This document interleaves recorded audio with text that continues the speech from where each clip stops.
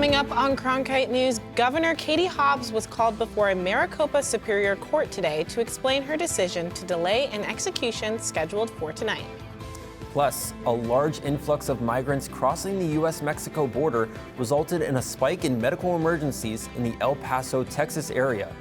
And later tonight is the Diamondbacks home opener against the Los Angeles Dodgers. We'll have everything you need to know before you head to the field. Cronkite News starts now. Good evening and welcome to Cronkite News on Arizona PBS. I'm Lydia Curry. And I'm Jonah Krell. Thanks for joining us. The latest back and forth in the argument on whether to put Aaron Gunches to death headed to the Maricopa County Superior Court today. A warrant was issued for Gunches' death to take place today on April 6. However, the governor said that will not happen. Cronkite News reporter Madison Perales explains what the arguments were in court today. The state has had a string of inefficient lethal injections, prompting Governor Hobbs to revisit the procedure before any additional cases are carried out.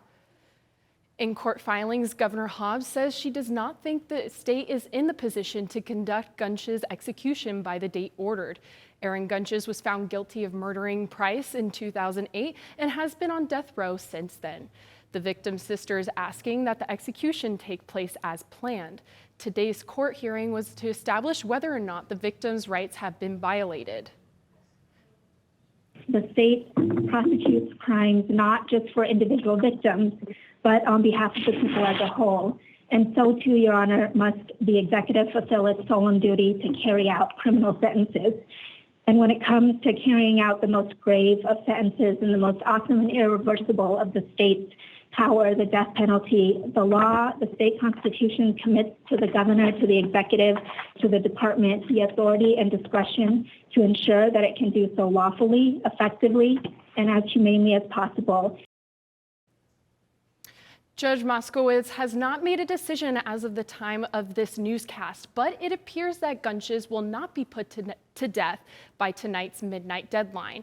In the newsroom, Madison Perales, Cronkite News. Thank you, Madison. Moving to our next story, the city of Phoenix is now facing a $2.3 billion claim from the Arizona Coyotes and Bluebird development. This claim is due to the recent lawsuit the city of Phoenix filed against the city of Tempe about a decades-old housing agreement. Representatives for the Coyotes and the developer say the city of Phoenix went back on its word about a previous compromise, undermining the development of the potential Coyotes Sports and Entertainment District near Tempe Town Lake. And you may have heard about bank failures, high inflation, and rising interest rates a lot in the news over the last few weeks. I work to provide some insight in all the confusion. Gas, groceries, and the cost of living have had drastic price increases in the last year. Phoenix Metro consumer prices are up 8.5% since February of 2022. There is always a constant level of inflation, and the federal government likes to keep that number around 2%. So what is causing all the rise in inflation? Experts credit part of the problem to a fall in the labor supply and other supply chain issues. I spoke with Timothy James, a professor at the Global Futures Laboratory, to better understand this problem. The other factor is the global supply chains broken down to some extent as a result of COVID, but also the geopolitical events in the Ukraine and Russia. But what is the federal government trying to do about it? The Federal Reserve has raised interest rates steadily over the last year in the hopes of increasing the cost of borrowing money and by decreasing people's spending power. Think mortgage payments, car payments, and credit card payments. It also limits how businesses can use that same money to grow and expand. The way that the central government operates to try and control inflation is sometimes known as a one-club golfer. They've only got one tool, and that is what's called monetary policy, i.e. changing interest rates. Last week, the Federal Reserve raised interest rates by 0.25%. However, the Federal Reserve is dealing with a lot more than the interest rates. Earlier this month, 3 banks across the nation failed in a short amount of time. How did this happen? When you deposit your money into the bank, it will use that money to finance loans to other people and businesses. If people start to get wind that their cash is not secure, they often flock back to the banks to withdraw their money. If the bank does not have enough money on hand to give back to depositors, they must start quickly selling or liquidating their assets, often at a loss. If there is not enough cash in the bank for depositors, the bank fails. Banks often loan money to each other, so if one fails, it can cause all the others to fail too. Then their customers will try to withdraw those same funds. If the bank is big enough, it can affect the whole banking system. The Federal Reserve and the Federal Depositors Insurance Corporation, or FDIC, can step in and cover a portion of a depositor's money, usually up to $250,000. However, the feds say depositors of those three banks had access to all their money starting March 13th. It is a part of the Fed's effort to instill confidence in our banking system and avoid more failures. So what else are they doing? They're making additional funding available for eligible banks through another funding program. This will ensure banks can meet the needs of their customers, and the hope is that all these actions will prevent more failures and keep your and my money safe for the future. After a long journey, some migrants are arriving in El Paso in poor health. Cronkite News reporter Miriam Cristal tells us what these health problems are as doctors and volunteers join in offering medical care. El Paso, Texas is a city of cultural fusion home to a population of over 800,000 people, of which more than 82% are Latino. In the downtown area, you can see towering buildings, inviting restaurants, and crowds of people in the friendly streets. Just a few blocks to the south stands the border wall, where countless migrants cross in search of a better life. Queremos un mejor futuro para nuestros familiares, que ellos puedan comer bien, se puedan alimentar bien, tengan donde dormir y no pasen tanto trabajo en la calle como nos ha tocado a nosotros. Doctors of the World, in collaboration with Texas Tech University, works to provide much-needed healthcare in the migrant population. To see them be at ease just by listening to some of their physical complaints, it puts them at ease, and again, it brings incredible satisfaction to myself and I think all others that have participated. Prior to their arrival in the United States, most of these migrants never received any medical attention, according to doctors. So it's really important for us to not just provide care for the condition that just brings them to us, but also find out what other needs they have, provide them with information about preventative services that they can get. The long journey can cause numerous health problems for migrants who have crucial health needs. In certain instances, individuals with chronic illness, maybe hypertension or diabetes, have been separated from their medication. In certain cases, Border Patrol may have confiscated it, so we do all possible to reconnect them to the medication, and that goes a very, very long way. Apart from that, many become overwhelmed during their journey. Imagínese vivir todo eso. En la selva uno ve muertos, ve de todo. The distress can eventually lead to mental health issues that are not easily treated. That's very common, by the way, going through traumatizing experiences, having seen family members die in front of them. Ugastegui says she felt victimized in multiple ways, while others like Villegas came to the U.S. for a better future and were constantly thinking about the family they left behind throughout the journey. Habían agentes que eran abusivos, te tocaban, te manoseaban, te metían las manos a ver si tú tenías dinero. Uno cómo se sentía, uno se sentía horrible, obvio, no se sentía bien.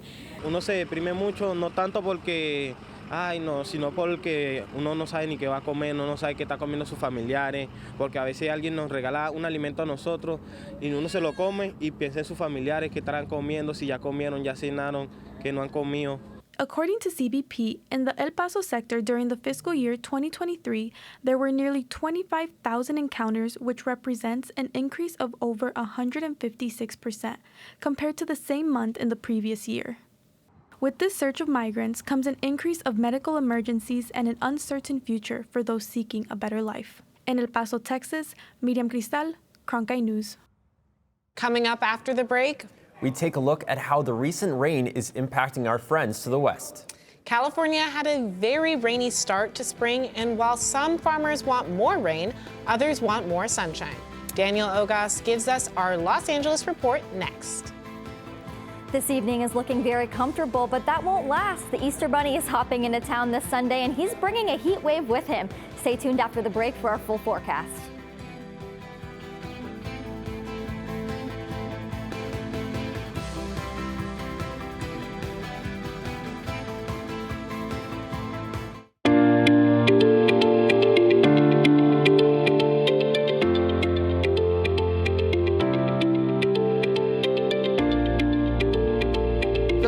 Downtown Phoenix is just beautiful today. Let's take a look at the weather around the valley. Thank you for joining us for the special edition of Cronkite News. Here are the top stories that we're tracking today at noon.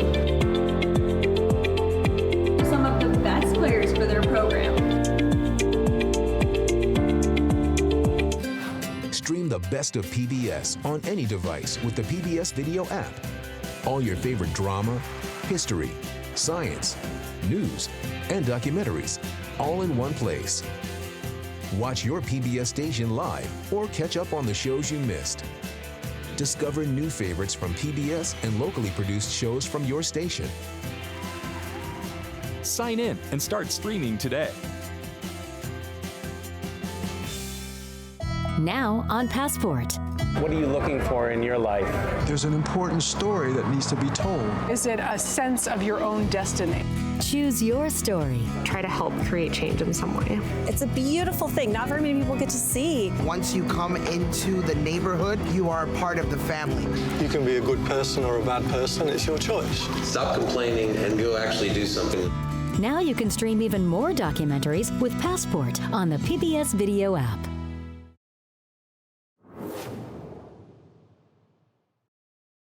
I'm Daniel Ogas, and this is your Cronkite LA Report. With sunnier days on the horizon, the 75th annual Bart Hall Show is taking place in Long Beach. Cronkite News reporter Cameron Dean gives us a closer look at the outdoors extravaganza. I'm here at the Bart Hall Show, an outdoor exhibition with the latest gadgets, technology, and boats. But these products in particular, outdoorsmen may just want to check out. All you do is just lift this up right here, and it all breaks down like so. This tent is now ready to go. You just buy it, pop it open, and you have yourself a basic tent, especially as you just start camping. Well, we're with Go Sports, and we have our amphibious cooler called the Cuddy. This thing is pretty large, 40 quarts, holds 30 beers and 20 pounds of ice. What type of convenience does this give to people who want to do outdoor activities? Well, for anyone that is near a body of water, kayaking, stand-up paddleboarding, going tubing on the river, 4th of July, this is going to be a great addition to that. Tell me what you got here, Mike. Well, we have a line of inflatable boats from the Scout to the Techie Cat and the electric outboard motors. What are the different features of this particular boat? Well, this is our Scout 365. It's our midline in the kayak-style boat with the transom. So you can actually attach a motor to the boat. It's a two-person fishing boat. It's got the stabilizer bar for standing up, a bimini top, a catch bag, high-pressure floor, storage. It's an all-in-one package for like $1,200. In Long Beach, California, I'm Cameron Dean, Cronkite News. Moving on now to the effects of the heavy rains that have taken place in the Southwest. Californians and Arizonans alike are still trying to decide how they feel about the excessive amount of rainfall that has taken place this year. However, some farmers know for certain they want this rain to go away. In Monterey, California, one of the largest vegetable growing regions in the country, over $336 million of flood-related damage was reported in February. That number is likely to go up after the March storms that have also swept the area. However, not everyone is praying for drier days. The wine industry in California was hurting, even pausing their grape growing productions due to the prolonged drought. Now the industry is seeing massive benefits due to the extra rain. On the other hand, Arizonans can rejoice because the extra rain is mostly good news for the Grand Canyon state. According to Heather Flowers of the Arizona Department of Agriculture, there have been no major impacts to farmers and their crops statewide. That does it for us. From Long Beach, California, I'm Daniel Ogas. Thanks, Daniel, for those LA stories. We're glad to see the weather brighten up for you guys over there, but here we got some major heat, Lydia, and I don't know if the Easter Bunny is going to be happy jumping out of his burrow for the weekend. Well, I'm happy he's coming out of his burrow. Madeline Jaskowiak is hopping into this weekend with our weather forecast. That's right, Lydia, and I hope the Easter Bunny hops over to my house on Sunday morning and leaves me an Easter basket. But we've got a few days to go. Let's start off with our Thursday evening, starting off at a very comfortable 78 degrees and dropping 9 degrees to 68 by 10 p.m. Those clouds are also going to roll in, and it will cool down, but again, it won't be too bad. Moving on to our Friday lows, we're seeing a trend this week, below average temperatures all around. 54 in Phoenix, 25 up in Flagstaff, 27 in the Grand Canyon, 48 down in Tucson, so still pretty chilly on Friday. But we will heat up on Friday, not as hot as usual for this time of year, but 84 in Phoenix, 56 in Flagstaff, 84 down in Tucson, 84 over in Yuma. And we have a special Easter forecast for you. It's going to be beautiful on Sunday, a high of 91 degrees, and that sunshine will stick around with us. So the Easter Bunny is going to have a great day delivering those eggs, and those kids and adults alike are going to have fun doing Easter egg hunts, but make sure you bring some water because it will be hot, like I said. Let's take a look at our 8-day forecast. Friday and Saturday, we're still seeing some clouds, 84, 85 degrees. But as I said, the Easter Bunny's bringing that heat wave, 91 on Sunday and sunny. Those high temps are going to continue throughout Thursday. We're seeing 100 on Tuesday, 96 on Wednesday, and clear skies. But those clouds do roll back in on Thursday, and our temperatures drop down again, and it will be a little bit more comfortable the rest of the week. I'm Madeline Jaskowiak in the Cronkite Weather Center. I'm Jack Pearson. Coming up after the break, I'll have your Cronkite Sports Report. The Arizona Coyotes have helped promote hockey in the Valley, and with a new program, kids will get to experience the game without the ice.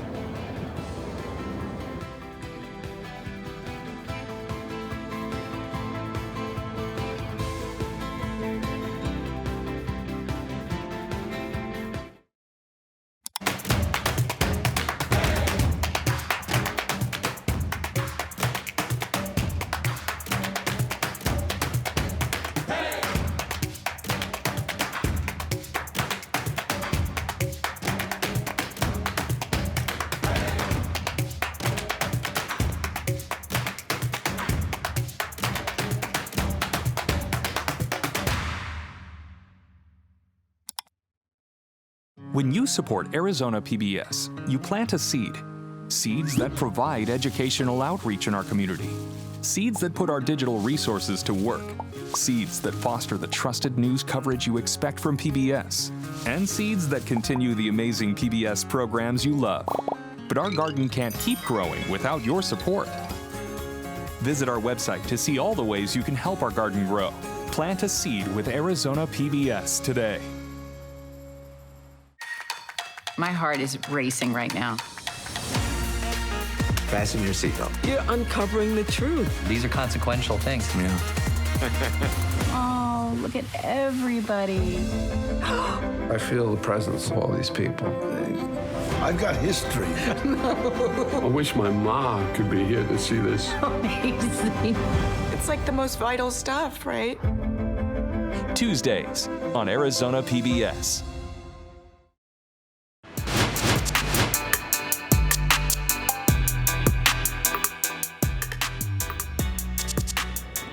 Welcome to the Cronkite Sports Report. I'm Jack Pearson outside at Chase Field ahead of the Diamondbacks home opener against the Los Angeles Dodgers. Let me tell you, it is a perfect day for some baseball. This is the 5th time that these two teams will have met this season already. And if you can recall, last time out, it was in Los Angeles. The two teams split the series 2-2. It's also the 25-year anniversary for the franchise, and fans have already started lining up at the plaza in anticipation of what's to come. And I'm joined by Ana De La Cruz, who was just inside the clubhouse and spoke to some of the players and coaches. This is a team with a lot of excitement, some new talent. What was the vibe inside the clubhouse? Yeah, like you mentioned, we have a lot of new faces on this team, but everyone's really excited. It's the first opening day for some of those guys, so they're just happy to have their family here. Everyone's just playing music, you know, getting ready for the game, dressed up, and I even had the opportunity to speak with Corbin Carroll. Yeah, I mean, he's a really good pitcher.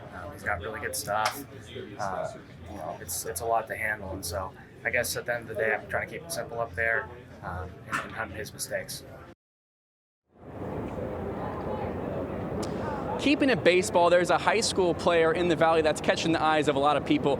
I'm talking about LSU commit from Saguaro High School. It's a sophomore. His name's Cam Caminetti. Remember that name. He can pitch, he can bat, he can really do it all. And our Nick Hogan had a chance to sit down and catch up with the top prospect. Caminetti has been on college recruiters' radars since he was in junior high school. And before he even took his first swing as a freshman last year with Saguaro High School's baseball team, Caminetti had already committed to play his college ball at Louisiana State. It's an unbelievable accomplishment for him at an early age. I mean, before playing your first high school game, to have a commitment offer at an SEC school. Former University of Arizona head baseball coach and current LSU head coach Jay Johnson played a big role in Cam Nitty's recruitment to the Bayou. Jay Johnson, he reached out to me when he was at U of A, and I really loved U of A and him and the coaching staff. But then he went to LSU, and I followed him because, I mean, he's one of the greatest two-way coaches, and he loves lefty hitters. Despite the excitement and expectations, Cam Nitty, a sophomore, has found a way to remain focused on the process. When your best players are your hardest workers, I mean, as a coach, that's all you can ask for. Cam Nitty's had many unique influences on his young baseball journey. One of them includes his late cousin, Ken Cam Nitty, who won the 1996 National League MVP award. Cam wears number 11 on his back in his honor. I definitely look up to him in a ways. I mean, I wear number 11 for him. I just always wore number 11, and he definitely makes a huge impact on my name, but I still want to create a name for myself as well. For Cam Nitty, the support from coaches, family members, and teammates is apparent. He's got the potential to probably be like a National Player of the Year type of candidate with what he does on the mound and what he does at the plate. While suiting up for LSU is a lofty goal in of itself, the two-way player's dreams don't stop there. I just try and stay focused on my one goal. I want to make it to MLB, and I want to be a starting center fielder or pitcher, whatever gets me on the field. It's just waking up every day and telling myself what my one goal is at the end of the day. In Scottsdale, Nick Hogan, Cronkite Sports. From baseball, we move over to hockey, where the Arizona Coyotes started a street hockey league, and it's a chance for the young kids to get introduced to the game. Our Joseph Furtado was in Gilbert and gives us a glimpse at the action. Hockey has been growing here in the Valley, and with the help of the Arizona Coyotes, who introduced their first ever street hockey league to help give kids a place to go to learn the game of hockey. Our mission statement is simply to just give kids a fun and safe place to learn and improve their skill in the sport of hockey. The league offers a risk-free introduction to the sport of street hockey, where kids will learn the basics of the game. The program is offered at an affordable price, trying to make the game more accessible for kids. Hockey is an expensive sport, so if a lot of these kids, if they can't afford to play ice hockey, we give them a street league for 10 weeks for $50. I think it's a good alternative. If you want to not pursue like the ice hockey or anything else, then you at least have some understanding of how the game works, which is kind of big here in Arizona. Just trying to grow the game more. Passing, shooting, and scoring was the name of the game on out here today for these kids who are having a ton of fun playing the game of hockey.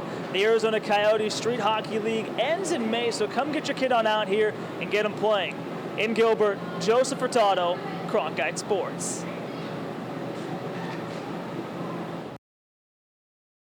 The first pitch that starts at 7:10 tonight, and you can see already some fans enjoying some of the food that's going to be on display tonight. There's also going to be music ahead of the event, and tonight at 7:10, the first 30,000 fans to step inside the stadium at Chase Field will receive a 25-year anniversary rally towel to cheer on their team. And one fan that we spoke to ahead of the game is pretty excited to get inside. That's against the Dodgers, though. We hate the Dodgers. Excited. We're here 6 hours before game time, so what's that tell you? That's it for your Cronkite Sports Report. We'll send it back to Lydia and Jonah at the studio. Everyone is excited for Easter weekend, but these furry friends are having their festivities early. After the break, how these critters are celebrating the upcoming holiday.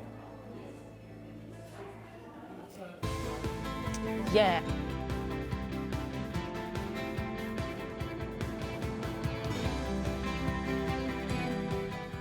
Help your child learn at home with PBS Kids. Together, explore reading, math and science, life lessons, and more right alongside your favorite characters on TV and anytime on the PBS Kids 24/7 channel. And we offer free resources to help with at-home learning.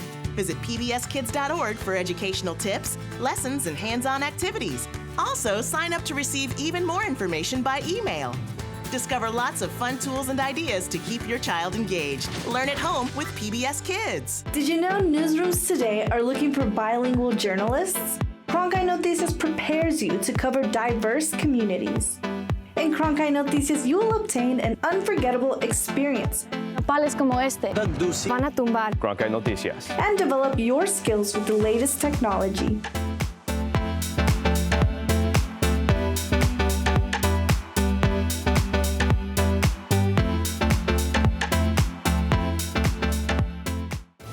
What you get from Washington Week that you will not get anywhere else are the best and the brightest reporters from different media companies, and they're able to have a real conversation. How do you think that so that people understand how power and politics impact their daily lives? Friday nights at 7 on Arizona PBS. Find out what's on Arizona PBS at azpbs.org/schedule. A zoo in England surprised their animals with an Easter tree today. This was a wild egg hunt for sure. The zoo's occupants need enrichment every so often, and these paper mache presents were the perfect way to get the animals moving. The rhino foraged and painted Easter boxes for his treat while the lemurs rummaged through their sweet potato-filled eggs. And finally, the little Wolverine pups were pleasantly surprised by their piñatas stuffed with meat snacks just for the two of them. That's it for Cronkite News tonight. Have a great Easter weekend. Thanks for joining us.